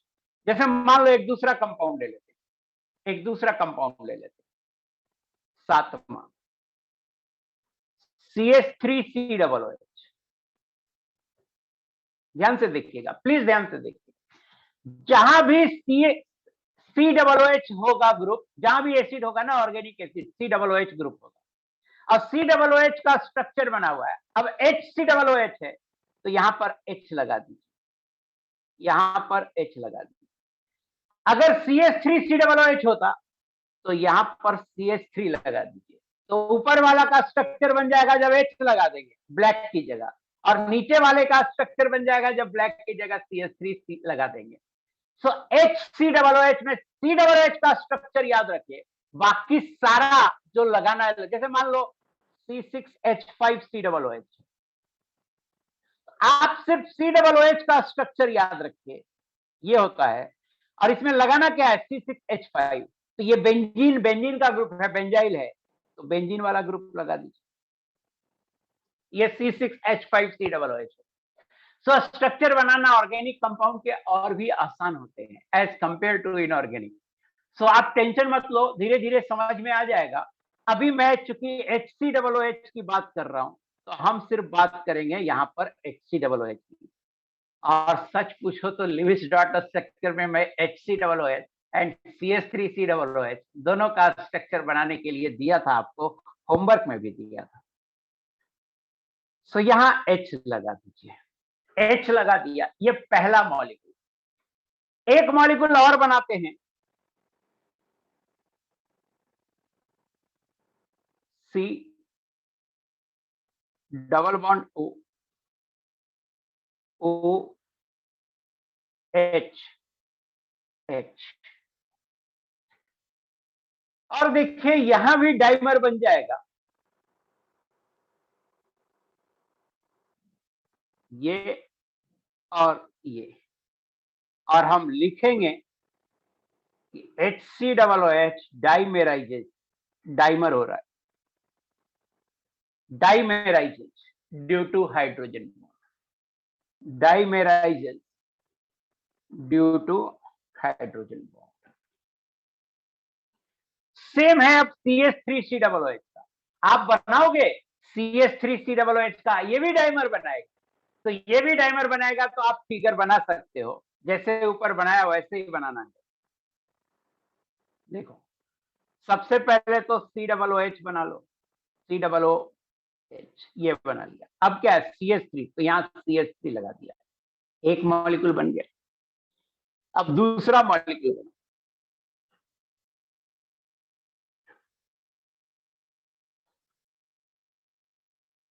और यहां CH3 बना। अब ये डाइमर बना लेगा,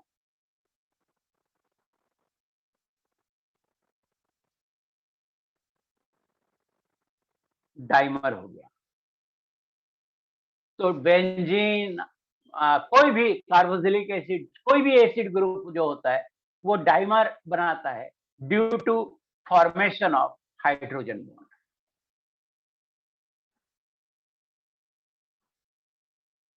नोट में लिख देते हैं,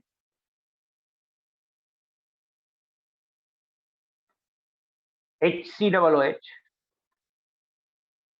CH3COOH, HCO3 minus, C6H5COOH, etc. form dimer due to hydrogen bond. सातवां देखिए, H3BO3 solid.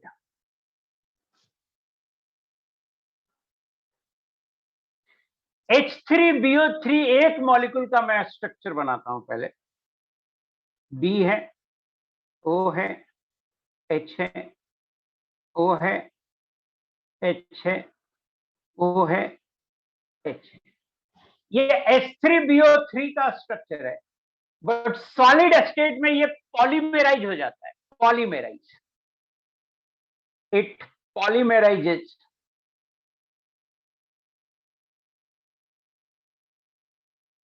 in solid state.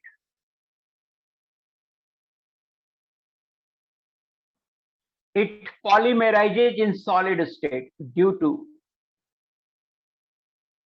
hydrogen bonding. It becomes a layered structure with almost hexagonal symmetry.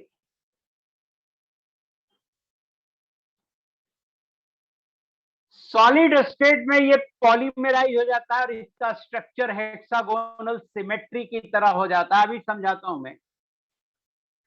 सबसे पहला पॉइंट है कि सर पॉलीमेराइजेशन क्या होता है। तो H3BO3 का N मॉलिक्यूल और N वेरी लार्ज इंटीजर है। ये पॉलीमेराइज करके मींस कई मॉलिक्यूल मिलके पॉलीमेराइज मतलब पॉली मतलब बहुत, तो ढेर सारे मॉलिक्यूल मिलके एक बड़ा मॉलिक्यूल बनाते हैं जिसका फॉर्मूला होगा H3BO3 whole N। N is a large integer, N बराबर लार्ज इंटीजर, N एक बड़ा इंटीजर है। फिर भी आप कहेंगे सर ये तो ट्राइगोनल प्लेनर है, फिर हेक्सागोनल सिमेट्री कैसे हुआ? तो देखिए मैं इसका स्ट्रक्चर आपको दिखाता हूं कैसा होता है।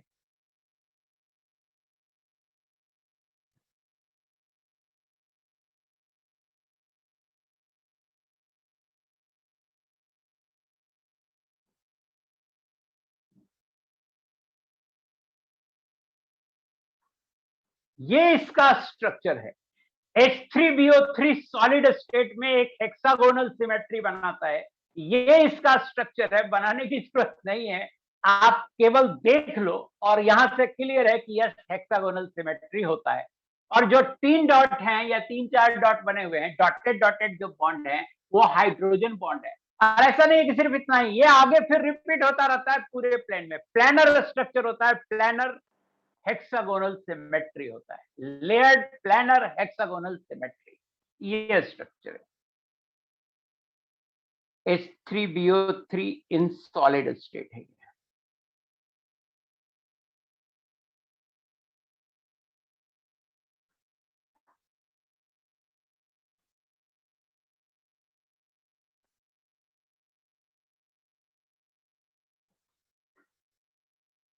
Due to intermolecular hydrogen bonding,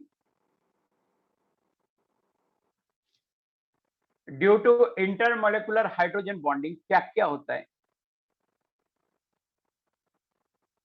intermolecular force of attraction increase. Intermolecular hydrogen bonding के कारण इंटरमोलेकुलर फोर्स ऑफ अट्रैक्शन बढ़ता है। आप जानते होंगे, जैसे आप पढ़े होंगे कि इंटरमोलेकुलर फोर्स ऑफ अट्रैक्शन गैस में काफी कम होता है, लिक्विड में ज्यादा होता है और सॉलिड में और ज्यादा होता है। तो हाइड्रोजन बॉन्ड के कारण ये जो इंटरमोलेकुलर फोर्स ऑफ अट्रैक्शन है वो बढ़ जाता है। तो हम कह सकते हैं कि जिसको गैस होना चाहिए हाइड्रोजन बॉन्ड के कारण वो लिक्विड हो सकता है, जिसको लिक्विड होना चाहिए हाइड्रोजन बॉन्ड के कारण वो सॉलिड हो सकता है। क्यों? क्योंकि intermolecular force of attraction hydrogen bond क्या करता है? बढ़ा देता है। सेकंड है बॉइलिंग पॉइंट इंक्रीजेज। थर्ड है मेल्टिंग पॉइंट इंक्रीजेज। फोर्थ है डेल्टा एच वेपराइजेशन इंक्रीजेज। आप कह सकते हो सर डेल्टा एच वेपराइजेशन क्या है? तो कोई लिक्विड ले लीजिए, मैंने वाटर ले लिया, इस लिक्विड को गैस बनाइए, कुछ एनर्जी एक्सचेंज होगा, कुछ एनर्जी देना होगा, जितनी एनर्जी देनी होगी उसको बोलेंगे डेल्टा एच वेपराइजेशन। और 1 मोल लेना है तो 1 मोल किसी लिक्विड को, मैंने यहां वाटर लिया, आप कोई भी लिक्विड ले सकते हैं, 1 मोल किसी भी लिक्विड को लिक्विड से वेपर बनाने में जितनी एनर्जी देनी पड़ती है, that amount of energy is called delta H vaporization. उस अमाउंट ऑफ एनर्जी को बोलते हैं डेल्टा एच वेपराइजेशन। पांचवा है वोलेटिलिटी इंक्रीजेज। छठा है वेपर प्रेशर डिक्रीजेज। सातवां है विस्कोसिटी इंक्रीजेज। आठवां है solubility in water इंक्रीजेज। एक बार इनको देख लेते हैं, इन सारे पॉइंट्स को। मैं चैटिंग ऑन कर रहा हूं, फालतू बातें मत लिखना। मैंने कहा due to intermolecular hydrogen bonding intermolecular force of attraction बढ़ जाता है। 2 मॉलिक्यूल आकर के हाइड्रोजन बॉन्ड बनाएंगे तो तय बात है वो उसके बीच एक फोर्स ऑफ अट्रैक्शन क्या होगा? बढ़ जाएगा। पहला पॉइंट सही है, पहला पॉइंट सही है। मैं सिर्फ पहला पूछ रहा हूं, कोई 5-7 लिख रहा है, मैं सिर्फ पहला पॉइंट पूछ रहा हूं। पहला पॉइंट सही आ रहा है, समझ में आ रहा है? यस नो में जवाब देना है। दूसरा पॉइंट है बॉइलिंग पॉइंट बढ़ेगा। तीसरा पॉइंट है मेल्टिंग पॉइंट बढ़ेगा। जब इंटरमोलेकुलर फोर्स ऑफ अट्रैक्शन बढ़ जाएगा तो बॉइलिंग पॉइंट बढ़ जाएगा, क्योंकि वो ज्यादा टेम्परेचर पर बॉइल करके वेपर में जाएगा। क्यों? क्योंकि उनके बीच आपस का इंटरेक्शन ज्यादा है। So I hope second and third point आपको समझ में आ गया होगा। फोर्थ, डेल्टा एच वेपराइजेशन का डिफिनेशन क्लियर है? Fourth point yes no?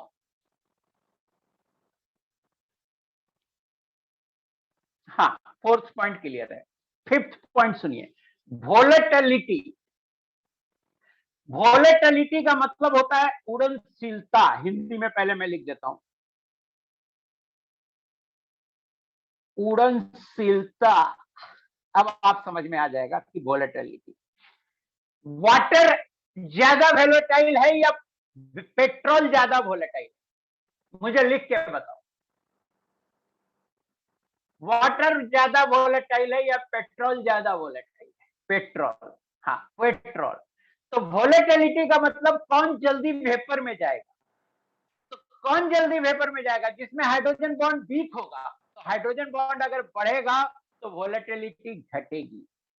समझ में आ गया होगा पांचवा पॉइंट? मुझे बताना, पांचवा पॉइंट समझ में आया या नहीं आया?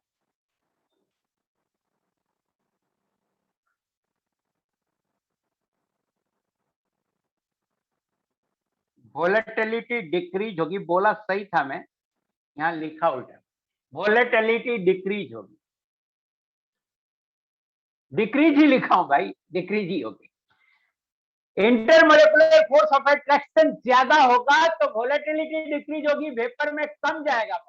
हाई है, एरो डाउन है भाई वोलेटिलिटी का।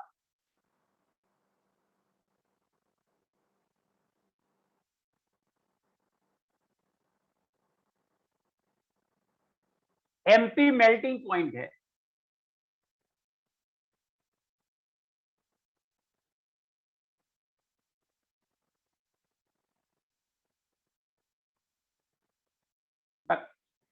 आप इतने बेवकूफ हो कि मुझे नो वन करना पड़ता है।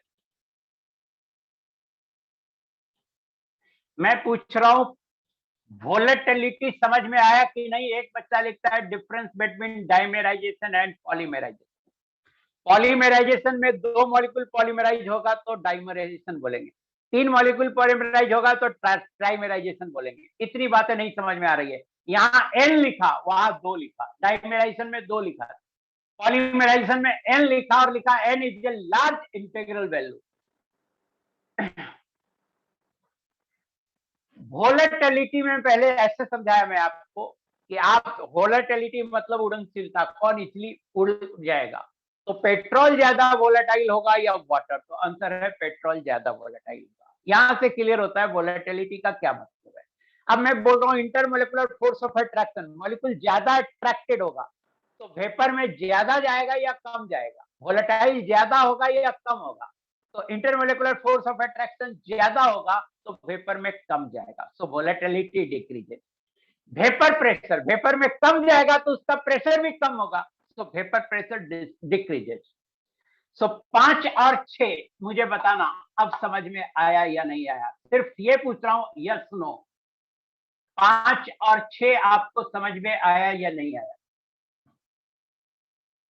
Yes, very good. 6 क्या है ना, 5 में क्लियर हुआ वेपर में कम जाएगा। तो अगर वेपर में कम जाएगा तो जो वेपर का प्रेशर होगा वो भी कम होगा। वेपर प्रेशर जो है, अभी मैं एग्जैक्ट डिफाइन नहीं कर रहा हूं, लेकिन जो आपको वेपर में जाएगा उसका कुछ प्रेशर होगा ना, उसको बोलेंगे वेपर प्रेशर, और वो भी कम होगा।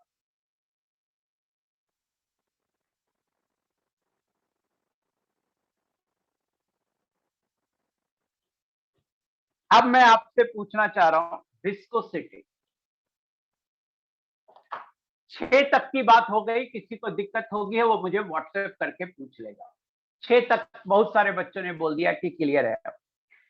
7th देखिए, विस्कोसिटी। पानी आप छूते हैं, ऐसे टच करते हैं, ऐसे टच करते हैं। बैक्स आप छूते हैं, ऐसे टच करते हैं, टच करते हैं तो चट चट करता है, बैक्स को छूते हैं तो, है ना? तो लिक्विड की विस्कोसिटी अलग अलग होती है। विस्कोसिटी है एक लेयर का दूसरे लेयर के साथ जो मूव करने में जो रेसिस्टेंस है वो है विस्कोसिटी। से पानी छुआ और आपने ऐसे ऐसे किया, कोई फर्क नहीं पड़ा। कोई हाईली विस्कस चीज छुएंगे, ऐसे ऐसे करेंगे तो वो चट चट करेगा। वैक्स खास करके लिक्विड वैक्स छुइएगा, मोबिल जो आप ये में डालते इंजन ऑयल छुइएगा, ऐसे ऐसे चट चट करेगा। तो जो चट चट करता है ना, उसमें विस्कोसिटी ज्यादा होती है। गम छुइएगा, गम, और ऐसे छूने के बाद ऐसे ऐसे कीजिएगा, चट चट करेगा, तो गम में विस्कोसिटी ज्यादा होती है। तो अगर फोर्स ऑफ अट्रैक्शन बढ़ेगा तो विस्कोसिटी बढ़ेगा।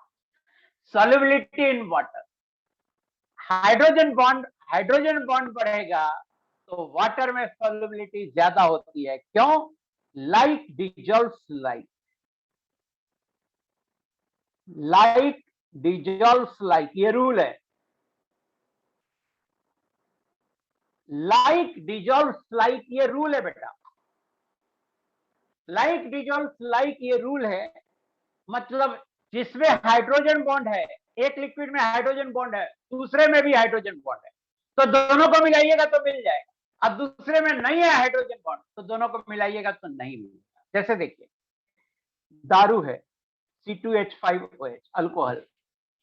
दारू में हाइड्रोजन बॉन्ड होता है, पानी है, पानी में भी हाइड्रोजन बॉन्ड होता है, इसमें भी हाइड्रोजन बॉन्ड है, इसमें भी हाइड्रोजन, आराम से मिलेगा, सॉल्युबल हो जाता है। आप देखते होंगे दारू पानी मिलाता है, पता ही नहीं चलता है दारू कहाँ गया पानी कहाँ गया, इतना अच्छे से मिल जाता है। केरोसिन ऑयल है, हाइड्रोजन बॉन्ड नहीं होता है, no hydrogen bond.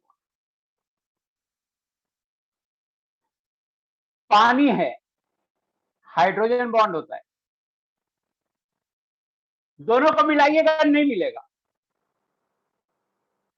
Kerosene oil की डेंसिटी कम होती है, ये ऊपर आ जाएगा और वाटर नीचे चला जाएगा, और बोतल में अगर रखें आधा आधा तो दोनों का लेयर अलग अलग आपको दिखेगा। केरोसिन ऑयल ऊपर रहेगा, हाइड्रोजन वाटर नीचे रहेगा। तो मैं कह रहा हूं रूल है लाइक डिजॉल्व लाइक, एक जैसे मॉलिक्यूल में डिजॉल्व होते हैं। अगर हाइड्रोजन बॉन्ड इसमें है और हाइड्रोजन बॉन्ड इसमें है तो दोनों आपस में घुल जाएगा। जैसे अल्कोहल वाटर दोनों में हाइड्रोजन बॉन्ड है तो दोनों को मिलाइएगा, बहुत प्यार से मिलेगा, कहेगा बहुत मजा आ रहा है। लेकिन केरोसिन ऑयल में हाइड्रोजन बॉन्ड नहीं है, वाटर में हाइड्रोजन बॉन्ड है, दोनों को मिलाइएगा, कहेगा नहीं मिलेगा। सो आई होप कि आपको रूल समझ में आ गया होगा, लाइक डिजॉल्व लाइक। इसको और आगे भी एक्सप्लेन करेंगे। सो अब लेक्चर में खत्म करना चाहता हूं। कोई ऐसा पॉइंट इसमें जो आप दोबारा पूछना चाहते हो तो पूछ सकते हो। चैटिंग को मैं ऑन कर रहा हूँ, 1-2 मिनट टाइम भी है, अभी टाइम ओवर हो गया है, बट ठीक है। लेक्चर अब मैं आगे नहीं पढ़ाऊंगा तो अब आप छोड़ सकते हो। 6 नंबर आ रहा है, 6-7 vapour pressure of viscosity.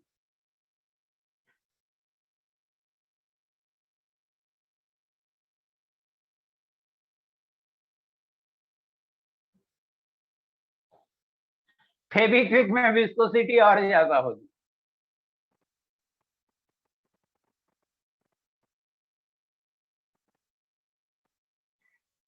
In fact आप डिसिप्लिन थोड़ा ज्यादा रहते हो तो मैं ज्यादा अच्छा पढ़ाता हूँ, और आप कुछ कुछ लिखते रहते हो तो नहीं पढ़ा पाता हूँ सही से।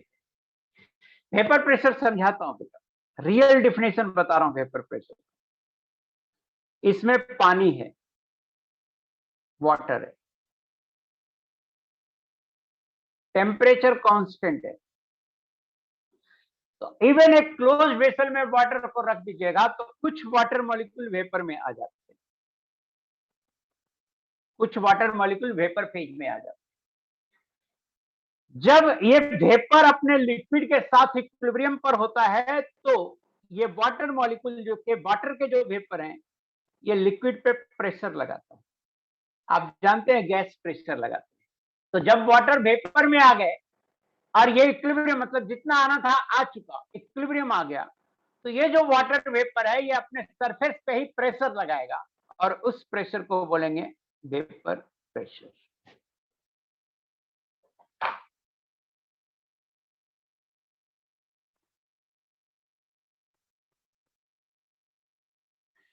जिसको भी डाउट है बेंट रूल और ये सब में, वो मुझे व्हाट्सएप पे डेफिनेटली पूछ सकता है। जब मुझे टाइम आएगा, जब मुझे मेरे पास टाइम होता है तो मैं उससे बता देता हूँ। अभी जैसे क्लास हुआ तो मैं भी चाहता हूँ आधा घंटा तो कम से कम रेस्ट करूँ, तो उसके बाद वो पूछ सकता है। So thank you very much. अब मैं क्लास को खत्म कर रहा हूँ। एक विस्कोसिटी भी पूछा, मैं बार बार तो बोला यार कि पानी छुओ ऐसे ऐसे करो, कम विस्कस है। बैक्स छुओ, इंजन ऑयल छुओ ऐसे ऐसे करो, चट चट करेगा। गम छुओ ऐसे ऐसे करो, चट चट करेगा। ये चट चट कर रहा है, वो लिक्विड ज्यादा चट चट करता है जिसकी विस्कोसिटी ज्यादा होती है। हाँ, चट चट फनी है बट ऑफकोर्स समझाने के लिए करना पड़ता है। तो thank you very much, thanks to all of you. Time over हो गया।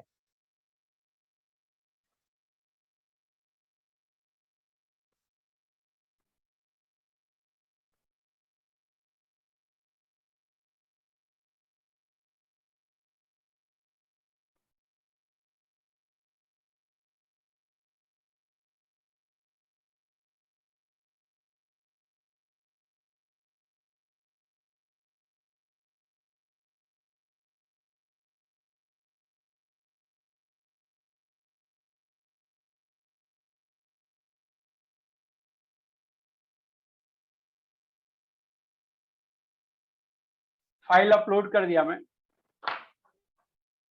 Thank you very much.